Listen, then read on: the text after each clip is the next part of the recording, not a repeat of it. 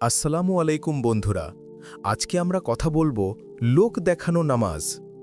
একটি নামাজ যেটা মানুষ শুধু দেখানোর জন্য পড়ে, মন থেকে নয়।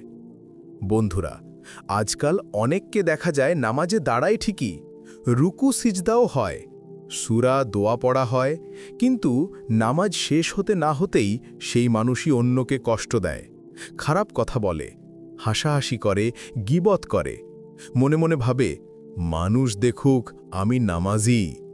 এটাই কি আমাদের নামাজের উদ্দেশ্য? আল্লাহ কি আমাদের থেকে এই নামাজ চান? না বন্ধুরা, আল্লাহ বলেন যারা লোক দেখানোর জন্য নামাজ পড়ে তাদের জন্য ধ্বংস। সূরা মাউন। যে নামাজ হৃদয়কে বদলায় না, যে নামাজ আচরণ সুন্দর করে না, যে নামাজ চোখে পানি আনে না, যে নামাজ বরকত ও শান্তি দেয় না, সেই নামাজ শুধু শরীরের ব্যায়াম ছাড়া আর কিচ্ছু না।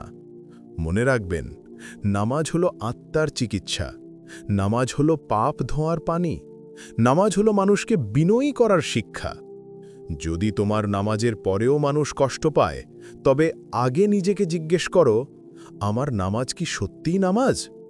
আজ থেকে প্রতিজ্ঞা করি, আমরা নামাজ পড়ল শুধু আল্লাহর জন্য, লোক দেখানোর জন্য নয়।